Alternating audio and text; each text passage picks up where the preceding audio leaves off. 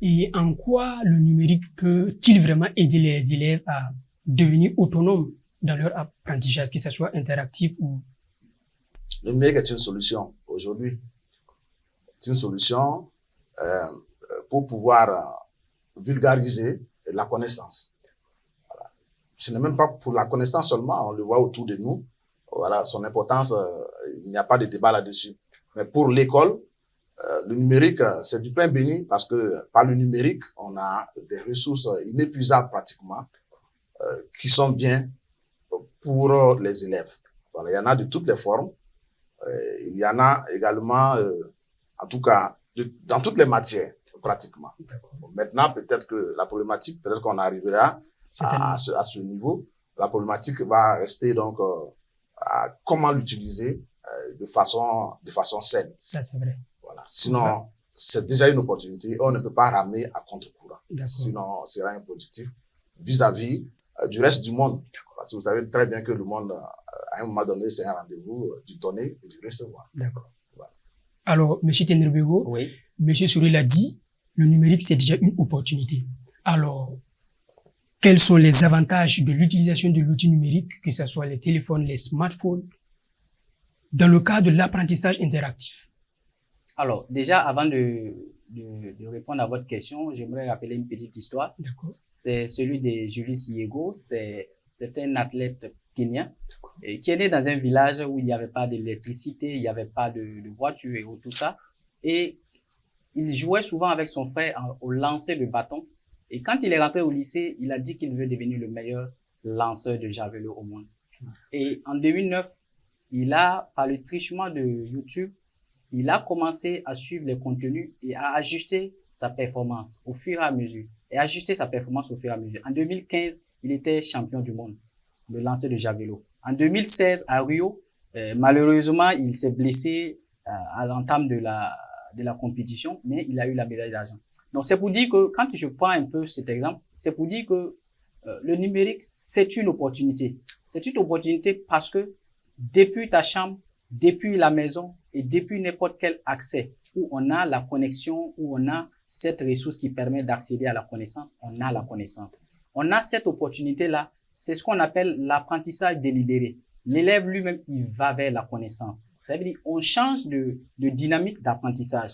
On ne te dit pas d'écouter ce que je dis, mais on rentre dans une dynamique où on accompagne l'élève à chercher la connaissance. Donc, le numérique aujourd'hui, c'est une opportunité et je pense que c'est l'utilisation. Et toute chose égale par ailleurs, il faut savoir quand on prend l'exemple. Je prends l'exemple banal, l'eau. L'eau, quand vous prenez l'eau, quand on boit l'eau, ça nous permet de nous étancher.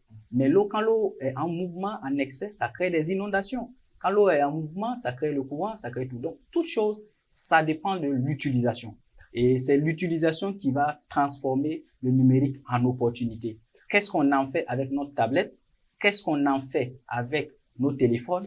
Et quel contenu on suit? Et comment on arrive à orienter notre attention sur cet outil-là? Vous prenez par exemple un enfant qui regarde la télé.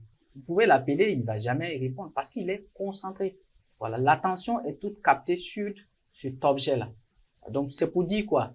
Si on est dans l'apprentissage dynamique, que l'interactif et l'élève essaie d'interagir avec le numérique, avec l'objet, avec la connaissance, il peut apprendre n'importe où, comment, et améliorer ses performances. Donc, déjà, c'est continu, 24 heures sur 24, et à n'importe quel moment, on peut apprendre.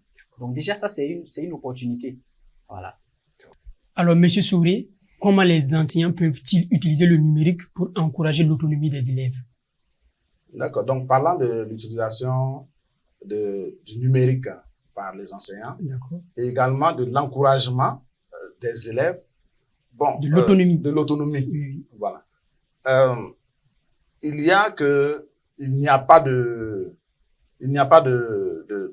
système dans le déroulé pédagogique qui puisse donc faire cette part en présentiel en classe. Voilà, parce que jusqu'à actuellement, nous sommes régis par les fiches pédagogiques. Tout cours donné est sur la base d'une fiche pédagogique. Donc, tout doit se faire en classe, a priori. Tout doit se faire en classe. Et comme on parlait tantôt, il y a la fracture numérique. un enseignant, il s'adresse à un ensemble d'élèves supposés être sur le même pied d'égalité. Si un enseignant, par exemple, dit à un élève, bon, allez-y, aux élèves, allez-y faire des recherches sur Internet, s'il n'est pas sûr que tous les élèves ont accès à Internet, ça devient un problème. Ça devient un problème d'équité. Donc, à ce moment, bon, l'enseignant va un peu rater sa mission. Mais, entre-temps, on peut toujours donner des travaux de recherche à un certain nombre d'élèves, à un certain niveau donné, bon, pour que les enfants aillent se familiariser avec la recherche, parce que dans tous les cas, on les apprend à être autonomes après le lycée, seront autonomes pour les études supérieures, et même pas pour les études supérieures, même dans la vie professionnelle, alors ils doivent être autonomes. Voilà. Mais à ce niveau, c'est vraiment à faire avec beaucoup de réserve, de sorte à ne pas frustrer ceux qui n'ont pas accès. Voilà. Sinon, ça se fait déjà. En classe, des professeurs, pour certaines matières, donnent des travaux de réflexion et de recherche qu'on appelle couramment des exposés oraux. Donc, c'est aux élèves d'aller chercher. Mais là, comme je l'ai dit dans mes précédents mots, le numérique s'impose.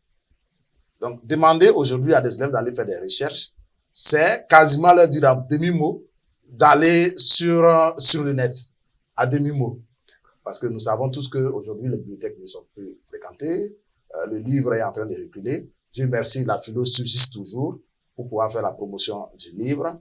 Mais déjà, ces ressources-là sont là et attendent que quelqu'un vienne les chercher. Donc, je pense que déjà donner des travaux de recherche aux élèves, c'est une manière d'encourager l'élève à l'autonomie. Sinon, dans la pratique, en classe, l'autonomie, bon, on ne la lie pas forcément au numérique. On ne la lie pas forcément au numérique.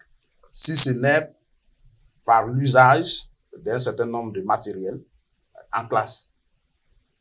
On peut avoir un rétroprojecteur, on peut avoir une connexion, ensemble on suit une émission et on prend donc ces ressources-là directement sur le numérique et on exploite avec les élèves. Là, c'est en classe. Voilà. Pour répondre à votre question, en classe, c'est comme ça que l'enseignant peut arriver à encourager l'élève à être autonome. D'accord. Voilà.